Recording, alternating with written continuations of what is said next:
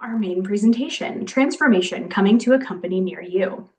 Strategex has been a valued partner and sponsor of the NAM for 3 years, and they regularly speak to our board of directors. We are delighted to open up this opportunity to the public. Strategex is the premier 80/20 profit and growth consultancy. They help major manufacturing companies achieve profitable market share growth. In less than 15 years, they've generated over $300 billion in continued operating income improvement for their clients. Our speaker today is Jenn Desrosiers, who has an extensive background in business transformation. She spent over a decade at Illinois Toolworks, where she led several complex consolidation and restructuring projects utilizing the 80/20 approach. Since then, she has been with Strategex, where she now leads the 80/20 profit and growth practice, which, under her leadership, has experienced explosive growth. She works with companies across different industries, and her track record speaks for itself. Recently, she helped an automotive client increase their EBITDA by 25% while improving their delivery performance. It is now my pleasure to turn it over to you, Jenn. Thank you, Danny, and good afternoon, everyone. I'm excited to be here with you, and I'm excited to be talking about transformation. I'm going to start with an anecdote.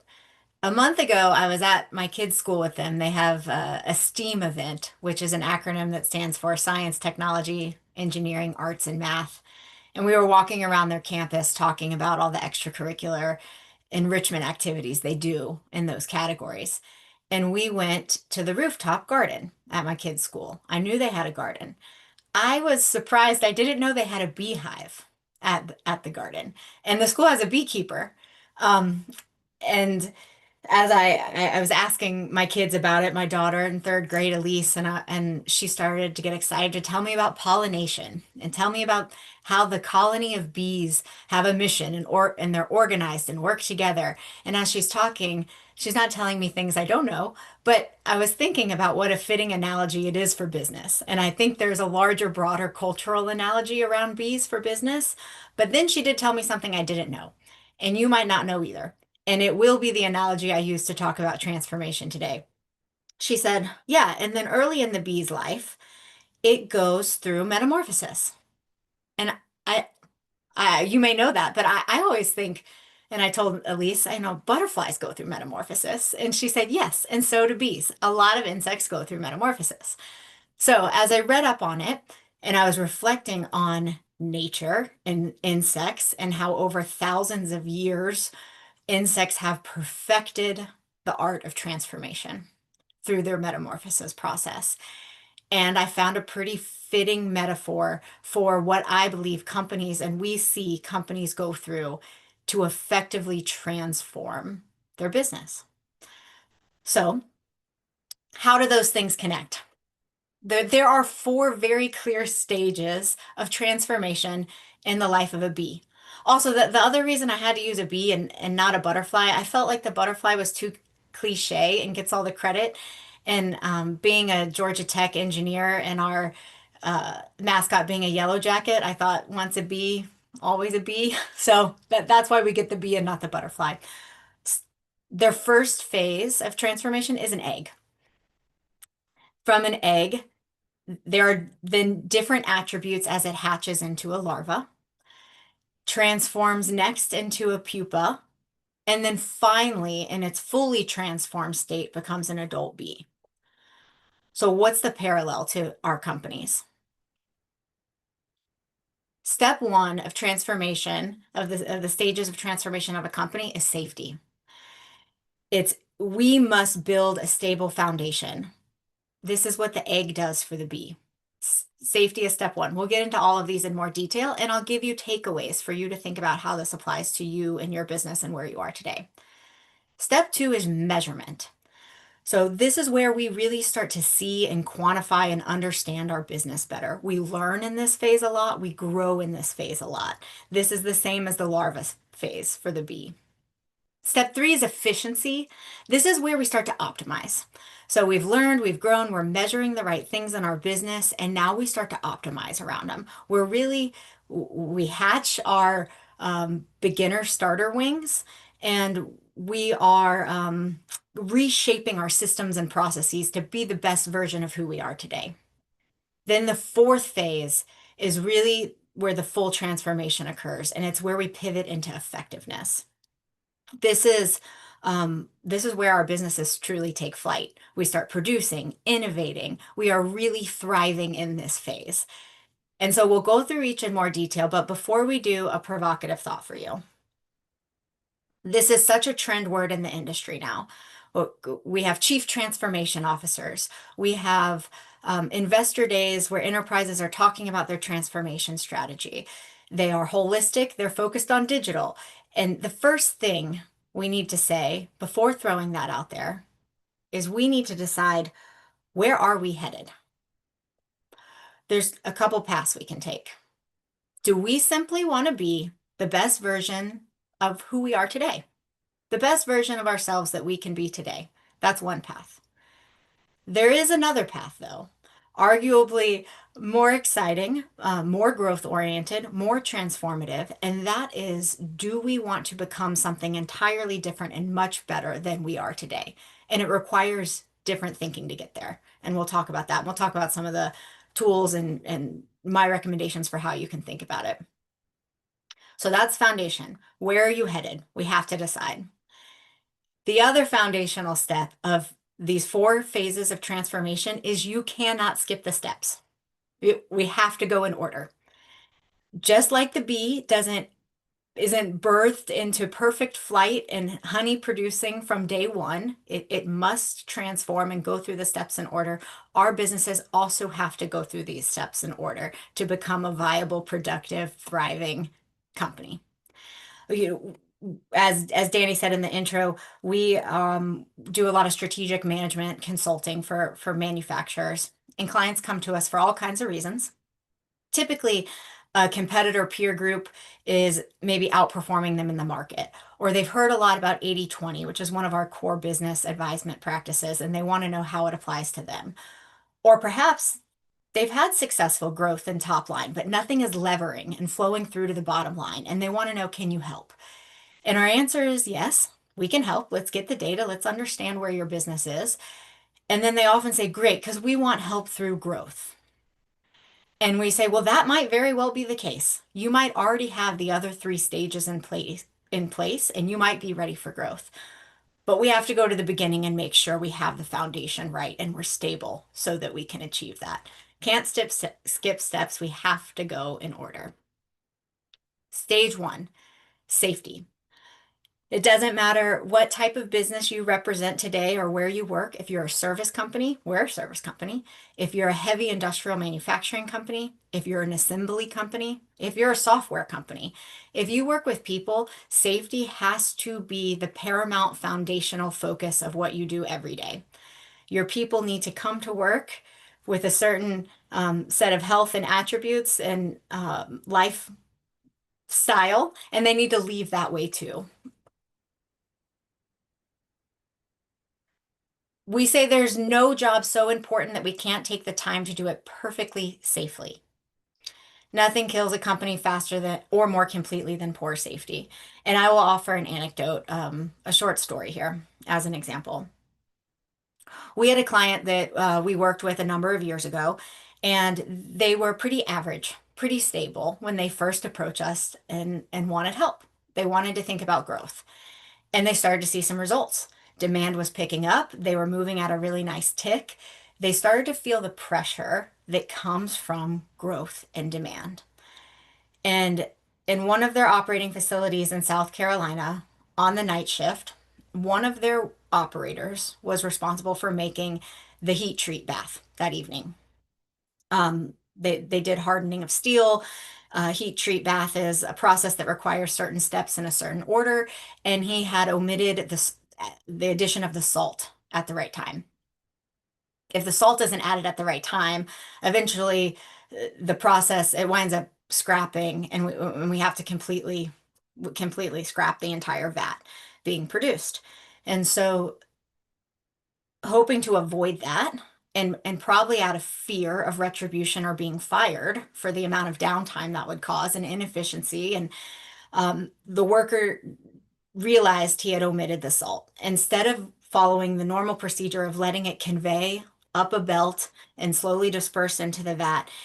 He quickly grabbed the bag and went on some roller stairs to a catwalk over the vat and proceeded to manually dump and disperse the salt, very heavy bag of salt, into this vat. In doing that, he was tangled in the barrier, his torso fell over, and he fell into this heat treat bath, 700 degrees. He did not survive that, and the company did not recover from that. We continued to support them and maintain a relationship with them, but it took them 5 years from what had been a stable company to a growing company. This incident, 5 years to even get back to the stability they had prior to it. Nothing is so important that we don't take the time to do it perfectly, safely, every time. Counter to that. Nothing is more culturally uplifting than a commitment to safety, and it has far-reaching effects. When we start to, through our behavior, actions, leadership, and investments, where are we putting our capital? And when we start to show a commitment to our team that they matter most to us, when they come to work healthy, they're going to leave work healthy, and we are committed to their safety above everything else, that gets reciprocated, and the results are compounding. And if you want to look for an example for that, I found one, and this is a pretty powerful one I want to share with you. You may know the story of Paul O'Neill and Alcoa. Um, in October of 1987, it was, the board at Alcoa had decided they needed to make a change, and they brought Paul O'Neill in to be their CEO. And in his first inaugural address, in meeting his key investors and his key Wall Street analyst, Paul stood up to talk about his vision for Alcoa, and he said, I want to talk about safety. We don't have the safety record we should. I believe that there's improvement here. And he went on and just spoke, all he spoke about in his opening was safety. When it went to questions, an analyst started to ask, okay, but what about revenues and expenses and EBITDA? And what's your plan for the inventory build that has been happening? And Paul stopped him and said, I don't think you understood what I meant. You will measure Alcoa's success based on our performance in safety. We are choosing safety as a habit of excellence, and from that habit of excellence, all other results will flow, and we will demonstrate excellence in other areas of our business as well. But I am fully committed to worker safety. It is a very compelling story. I don't have time to get into more detail than that in a 35-minute overview, but I encourage you to read up on it. If you're hearing these examples and thinking, I don't know if I have stage one right, I don't know if our company is safe, read this story. It's extraordinarily inspiring. And the outcome speaks for itself. In the 12-year tenure, by the time Paul retired, the market value had increased from 3 billion to 27 billion, and the net income had 5x'd from his beginning there. So do the right thing, focus in the right place, and the results will follow. Tangibly, for you, I told you each of these stages would have some takeaways for you. Here are my couple takeaways for you to evaluate this. A starting point. One, solve obvious problems immediately. If you have electrical wire that has electrical tape on it when you walk the shop floor, replace it immediately. There's a ladder leaning against the wall, fix it immediately. Demonstrate this through leadership to your team that this is paramount and matters more than anything. You can do that today. There's no investment required.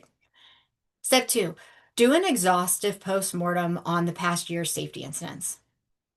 I had a client a couple years ago that I was working with who had a dismal safety record.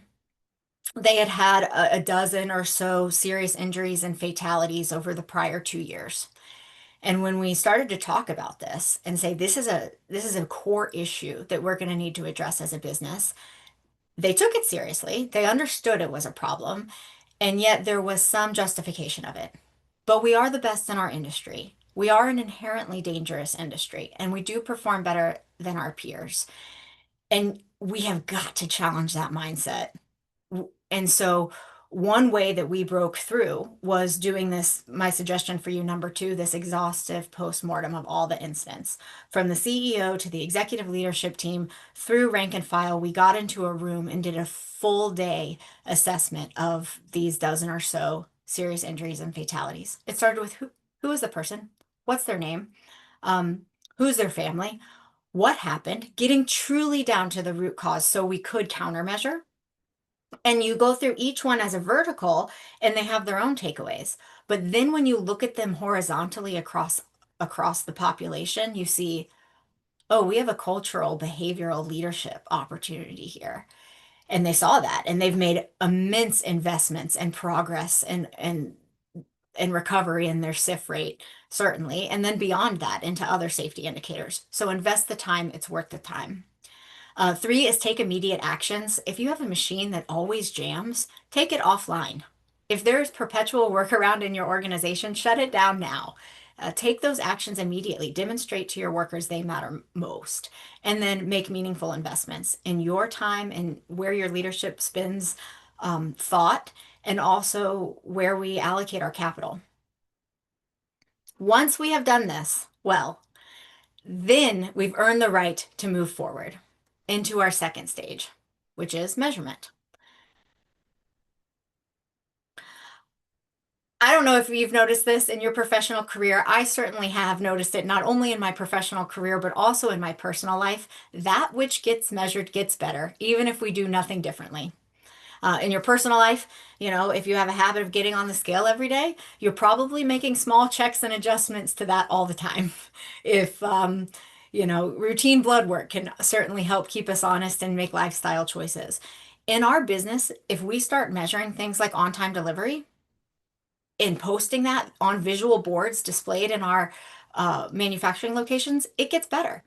If we start measuring funnel velocity through the sales funnel, things get better. So that which gets measured does get better, even without systemic changes.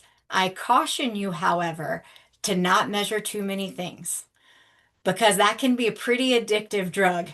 I put a measurement in place, there's accountability. I started asking people about it, and all of a sudden we have 20, 30, 40. I'm not kidding. I work with some clients who have 40 KPIs when we start working with them. And then we're in root cause countermeasure misery, trying to perpetually explain why some metric that we're tracking has changed when it doesn't even matter in the first place. And Peter Drucker says that. He says there's no point in getting more efficient at things we shouldn't be doing in the first place. So don't measure everything, measure the critical few. Pick a few, that's all you need. And in this segment, in this phase and stage of transformation, I say safety, like we talked about, measure your safety. And then one that we really like to measure is a metric that we call ISO-TIF, in spec, on time, in full. So the idea is it covers quality and delivery and fulfillment to my customer. So how am I doing on every order that I ship? Is it in spec, the quality standard? Is it on time? And is it in full to the full order that the customer asked? So we do that. Now this bottom point says the 80s only. And I realize I haven't fully defined 80s yet, but we talked a little bit about Strategex being an 80-20 minded company, and that's what it's based on, the Pareto principle. The idea that 20% of our customers are 80% of our revenue.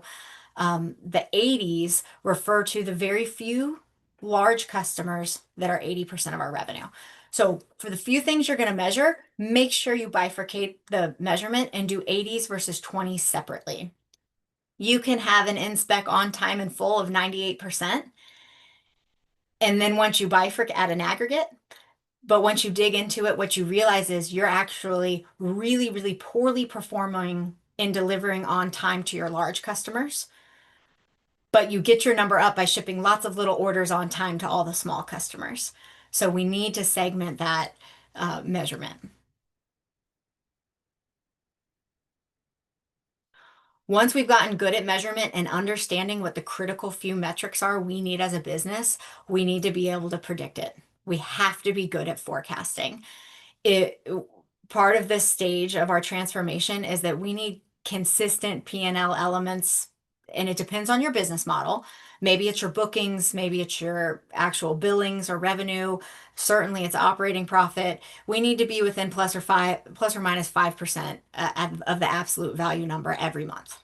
Um, when we are accurate in forecasting, it enables so much more agility in our business. We understand where variable costs are, we understand where fixed costs are. We can now flex with the appropriate demand if we have seasonality. So solid forecasting has very systemic effects on our ability to produce the financial results we want, and we have to get good at it in this phase. And so once we've done those two things, we know our business pretty well. And we've begun our learning, we've begun our development, and it's an opportunity to move into stage 3, which is efficiency. You can think of this stage as optimization. This is where we begin transformation. It is not the end, it's the beginning. However, I will tell you it is where most companies stop. Most companies stop by becoming the best version of who they are today and never think about how do I reinvent and reimagine myself into something entirely different. So I'll talk to you a little bit about what this stage should look like, can look like in your business. Transformation starts here. So you will start to develop your starter wings, and we will start to look a little bit different. The key tenet of this phase is simplicity. Back to that Peter Drucker quote.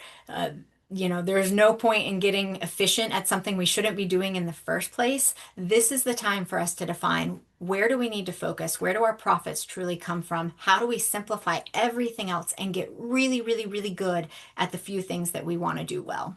So it's about simplification. One tool that is your takeaway kind of for the stage 3 efficiency is this idea of a quartile analysis. Several of you actually attended the webinar that my colleague Mark Fuchsman did with the NAM last month. He talked to this in much more depth. I'm going to do a very high level overview, but if you want follow-up, if you're interested in follow-up, happy to help you make one of these for your business. But it's a quartile analysis. It is going to tell you where the complexity comes from.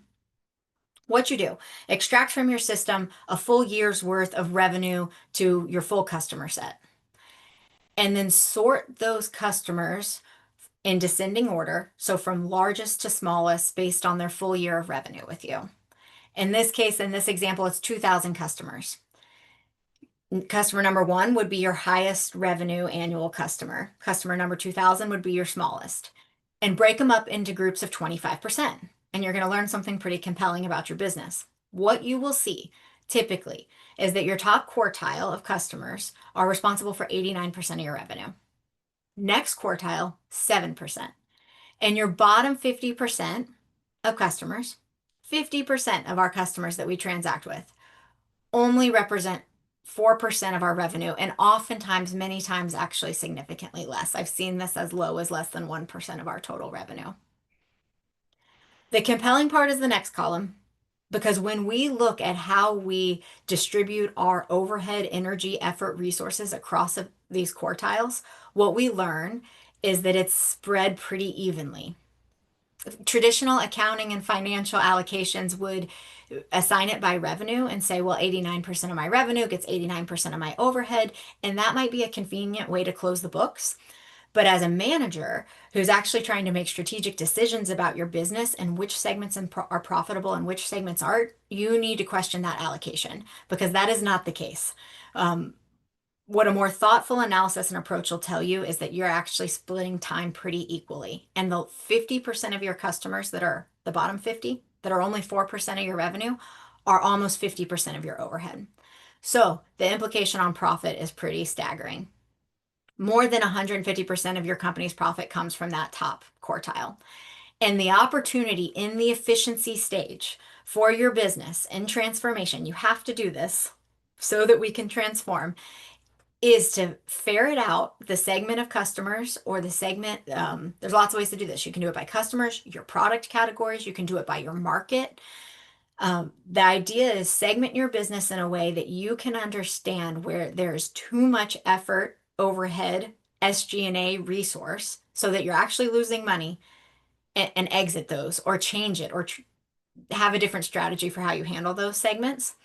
And in this case of the customer quartile, the example would be these 50% of customers that take 50% of my overhead. How do I take that resource out of that customer segment and redirect that into stage 4, which is our effectiveness and transformation segment we're about to talk about, our stage that we're about to talk about. So free up this 50%. Some of it might need to go to profit. Again, remember, we're earning the right to grow here, but a lot of it needs to be redirected into how we transform as a business. You've earned the starter wings. We're starting to look really different. The transformation's beginning. We are now in coming out of stage 3. We are probably the fully optimized best version of the business we are today. And we freed up resources to pay for the ultimate transformation, which is our effectiveness. A couple consumer examples for you on that. We see transformations with companies all the time. One that I like to use that not everyone's aware of is Play-Doh, the company Play-Doh. Did you know Play-Doh was actually developed to remove coal dust from walls and wallpaper? So over 100 years ago, when we had coal stoves and the dust that came off as we burned coal to warm things, it created this dust powder. And Play-Doh was an effective way to remove all the dust, clean the walls without scouring and damaging the walls or our wallpaper. Well, we don't use coal stoves much anymore. And Play-Doh effectively transformed and created a niche that has much more lasting power. They repositioned as a child early development toy, a tactile toy, which arguably is going to be in demand for quite some time. A clean way for your kids to play sounds great. And they have now completely transformed from what they were to a new organization. Netflix is an interesting example. When I use this one, the common reaction is, oh yeah, Netflix. Like I used to have to go to my mailbox and pull out the red envelope and get my Netflix DVD, and now I just sit on my couch and it streams. And I think that wasn't the transformation. That was the optimization. That was a delivery model change. That was their stage 3 of becoming effective or efficient. That was efficiency. The effectiveness is now they make their own content. They've developed a whole new set of competencies, a whole new strategy. They make and develop their own content that we sit on our couches and stream.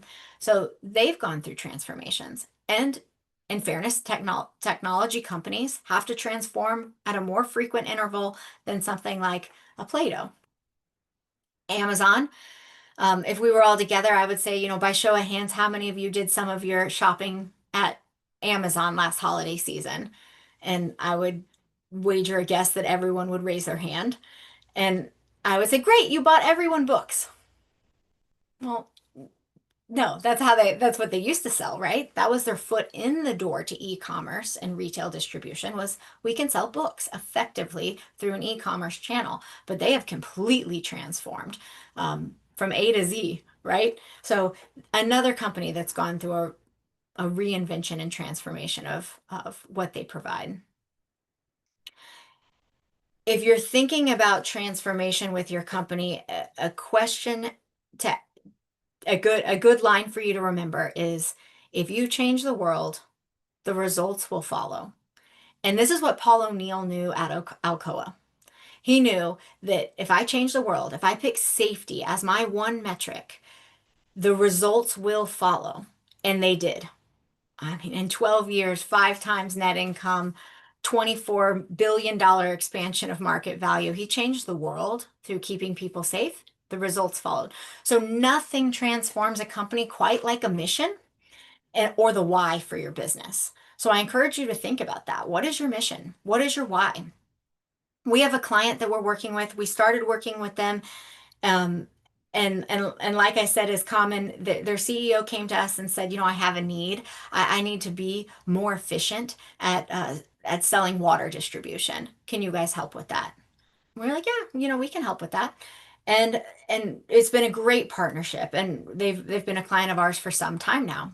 And recently, in a strategy session, They're squarely in stage three. They had performed exceptionally well and increased every financial metric that you would want to see. Earnings per share up dramatically, stock price up dramatically.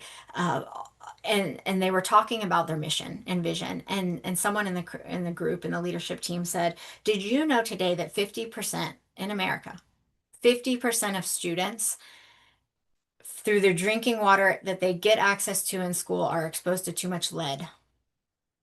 That is true. 50% of students in America are exposed to too much lead in their drinking water. And I have two kids, personally. I don't love those odds. And through this mindset of how can we change the world and will the results follow, they are on a new trajectory of outpaced, outstanding transformation. I'm excited for them. I'm excited for where they're going. And I ask you for your takeaway here in this section is, what's your vision? What world-changing mission are you walking toward? And determine that, and the teams will fall in line and the results will follow. A final thought about stage four. We freed up all those resources through optimization and efficiency in stage three. We are investing those here in effectiveness. We freed up resources so that we could make some strategic bets. Not all the strategic bets will pan out. This is a very hard mindset shift for us to help coach our clients through. We, as humans, tend to be pretty risk adverse and we crave certainty. I want to carve out and dedicate resources to focus on a few things that I am 100% certain will hit and succeed. And we work hard to change the mindset there. So here's how I would encourage you to think about things. Growth opportunities are a population of data. All populations of data have some distribution and they have an imbalance to them. This is basic math.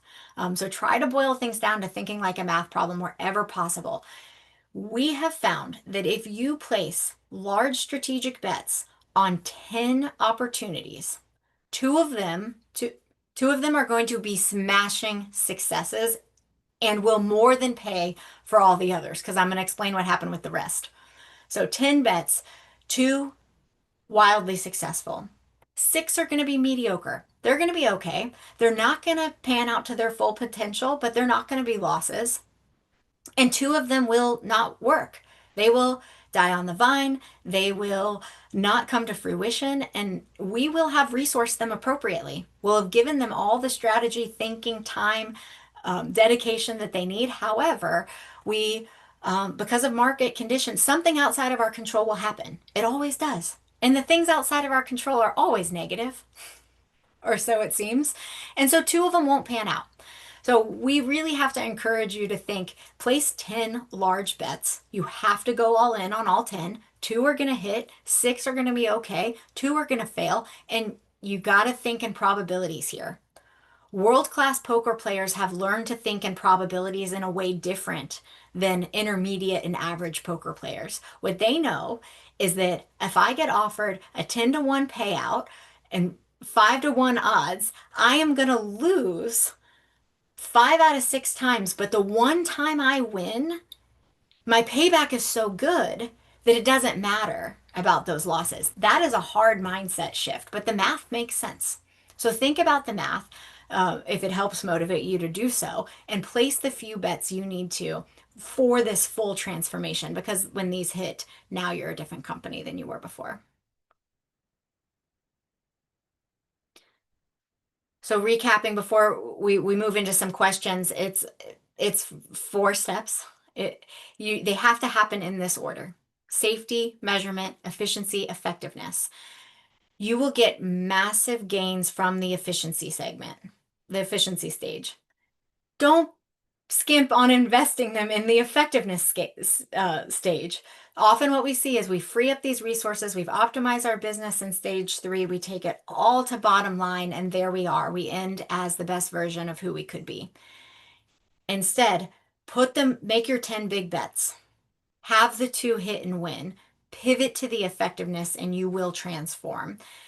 I wanted to come up with an acronym for you so you could remember this because safety, measurement, efficiency, effectiveness doesn't just roll off the tongue. SMEE, SMEE. The best I could come up with was, do you remember this guy from Peter Pan? This is Captain Hook's first mate, Mr. Smee. So at least here's a visual for you so you can remember safety, measurement, efficiency, effectiveness, SME. And like Peter Pan and like the bee, you can fly. Second star to the right and straight on till morning. And that's all I got. Danny, we can open it up for questions. Amazing, Jen. I hope I can fly someday. And I also love SME, so love that analogy. We do have a few questions that have come in. So let's start with this one. How do I know if my company needs to transform? Okay, I'm going to answer this in two ways. I would say, there's a proactive or a reactive perspective here. Proactively, you need to be thinking about transformation. Something is going, offense is the best defense, right? Something is going to change or evolve that challenges your business model. So, how do you think productively about and proactively about what that could be? If we don't transform and change, someone else will beat us to it. But also, isn't it more inspiring to think about working at a company where we're really good at what we do today and we are innovating for a need, unmet need in the future? So, how do we know if your company needs to transform? I guess I would say all lasting companies transform over time. So it needs to. Let's just make sure that we're focused on what's driving changes in your market and your competition with your value proposition so that you're innovating on what your transformation needs to look like. Amazing. Okay, next question that came in the brief overview that you've done of the quartile analysis. What about the customers that start small? Are we supposed to eliminate them? Okay. Okay. Yeah, this is a classic question. Thank you for asking. The customers that start small, do we just eliminate them? Um, Not without thought. Not without thought. You work at the organization um, to be methodical and to use your gray matter between your ears. So don't draw a line simply and cut them all. However, do realize that there are very, very few in there that have the attributes of the companies that are at the top of your list.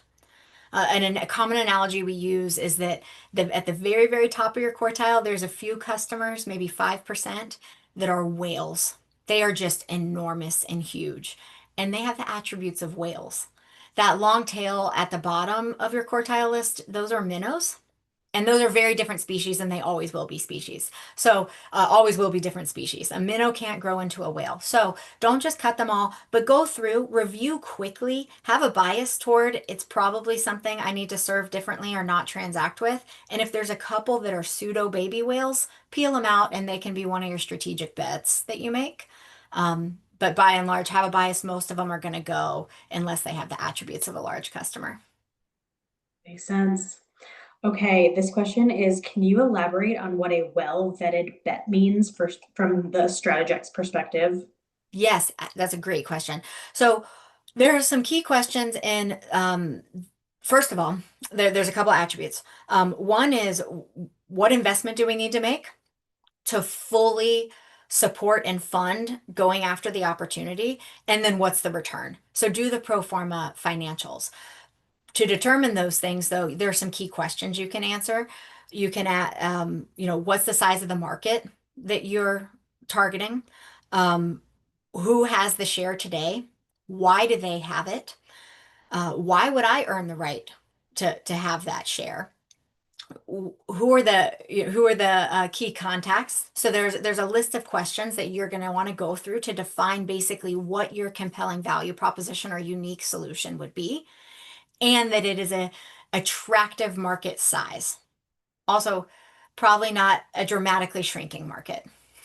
So there's a few questions you need to answer there to make sure that you have a attractive market size relative to whatever good looks like for your business. You have a viable value proposition to target, And then if you fund it fully with all the resources needed to capture that opportunity, what's the return look like over what time? If you can answer those questions, it's a big bet that you need to fund. Amazing.